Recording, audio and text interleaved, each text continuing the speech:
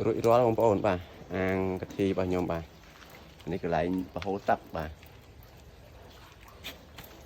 នេះរួចរាល់បងប្អូនបាទនេះតូចជាងគេបាទនេះកន្លែងបហូរទឹកវាហ្នឹងឯងបងប្អូនទៀតទៅយកកប់ចូលគ្នាដូចវីដេអូមុនខ្ញុំប្រាប់ហ្នឹងមកបាទវាប្រព័ន្ធទឹកបញ្ចូលគ្នាស្រួលបហូរបាទបញ្ចេញបញ្ចូលទៅវិញទៅមកស្អាតបាទនេះកន្លែងបហូរមួយទៀតបាទហើយប្រាប់តាមកែងអាងហ្នឹងបងប្អូនបោកចឹងមកល្អបាទ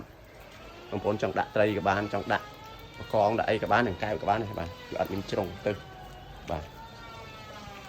រួចរាល់បងប្អូនបាទនេះសម្រាប់ 100% បាទហើយខាងនោះយើង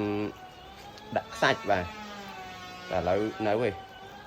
យើងរៀបចំប្រសាទទៅសិនបាទចាំរៀបចំវីដេអូក្រោយរួចខ្ញុំថតឲ្យបងប្អូនមើលបាទតើរបៀបប្រសាទអាងមិនបាទ